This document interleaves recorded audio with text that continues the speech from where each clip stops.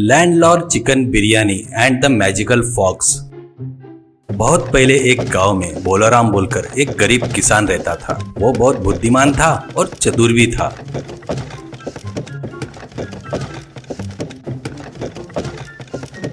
इसलिए जमींदारों के बाजू में ताकतवर बनकर और गरीब किसानों के लिए भगवान बनकर रहता था। उसी गांव में जगन्नाथ करके एक जमींदार रहता था। उस गांव के किसान सभी उस जगन्नाथ को ही अपनी फसल बेचते थे। जगन्नाथ बहुत ही कंजूस और लालची था। किसानों को बराबर भाव नहीं देकर सताते रहता था। इससे वो लोग कभी भी गरीबी से कभी उबर नहीं पाए।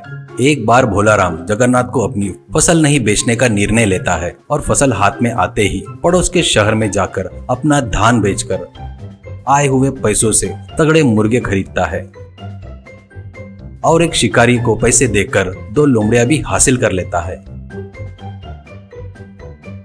उन दोनों में से एक को रूम में बांधकर दूसरे को संकल से बांधकर अपने साथ घुमाता है। जगन्नाथ एक दिन अपने एरिया से जाते रहता है तो भोलाराम मिलता है। तब भोलाराम, बाबूजी आपकी फसल तैयार है, आप जब बोलोगे तब आप ले जा सकते हो, ऐसे कहता है। तो जगन्नाथ, वो तो ठीक कह रहे, पर ऐसे लोमड़ी को पकड़कर क्यों घूम रहा है? वो भाग नहीं जाएगा क्या? भोलाराम, गया तो भी तुरंत वापिस घूमकर आएगा, ये मायावी लोमड़ी है, करके बताता है। और देखते क्या इसका जादू। कहते हुए भोलाराम उस लोमड़ी से कहता है, तू जाकर अच्छी मुर्गी लेकर आ, कहकर उसके गले की संकल खोलता है। संकल के खुलते ही वो बहुत तेजी से भागती है।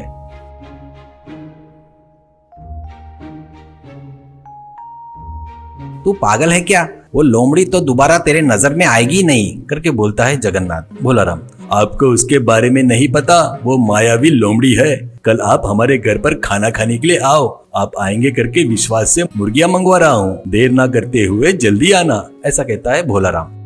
अगले दिन दोपहर तक बढ़िया खाना बनाता है भोलाराम। उसका घर कुछ ही दूरी पर रहता है। तब उसको बिरयानी के मसालों की खुशबू आती है। वहाँ खाने के टेबल पर कई प्रकार के चिकन के आइटम बनाकर अलग अलग थालियों में तैयार था। अरे भोलाराम, तुम्हारी लोमड़ी कहाँ है? उसको भी लेकर आओ, वो भी अपने साथ खाना खाएगी, ऐसे कहता है जगन्नाथ। अरे उसको क्या जल्दी है जी, पहले अपन लोग निपटाएंगे, ऐसा कहता है भोलाराम। दोनों लोग मिलकर खाना खाते हैं।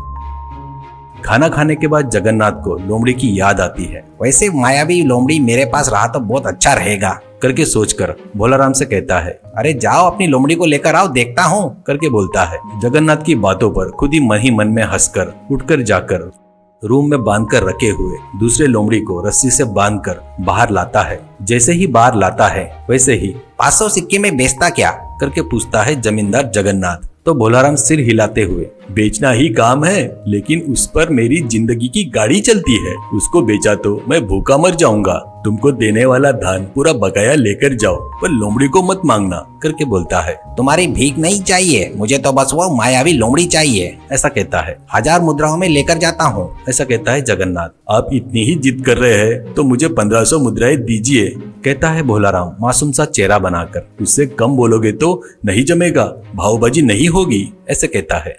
जगन्नाथ खुश होकर 1500 मुद्राएं देकर लोमड़ी को लेकर जाता है।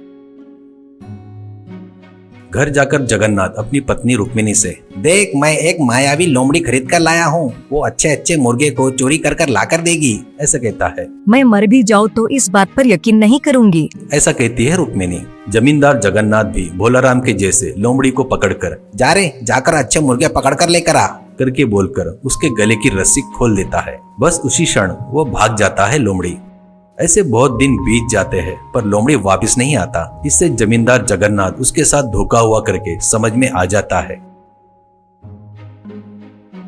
और अपने आदमियों को लेकर भोलाराम के घर जाता है और उसको पकड़कर बांधकर, मेरे से ही धोखा करता क्या रे नीच कमीने, मेरा पैसा मुझे वापस किया तो माफ कर दूंगा, ऐसा कहता है। वो तो कब का खर्च हो गया है जी, ऐसा कहता है भोलाराम। तो इसे लाठी से मरे तक मारो, करके बोलता है जगन्नाथ। एक व्यक्ति, अरे बाबूजी इसे मारकर गाड़ने के लिए नहीं जमेगा, इसको कल मार डालेंगे तो अच्छा रहेगा, ऐसे कहता है।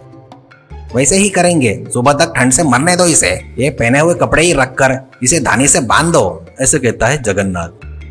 तो भोलाराम को वो लोग धानी से बांधकर चले जाते हैं। कुछ देर बाद ठंड पड़ने लगती है। ठंड में भोलाराम की हालत बहुत खराब हो जाती है। वो ठंड से बचने के लिए धानी को घुमाने लगता है। वैसे करने से उसका शरीर गर्म होकर पसीना भी निकलने लगता है। वो ठंड से अब तक मर गया होगा, जाकर देख कर आओ, ऐसा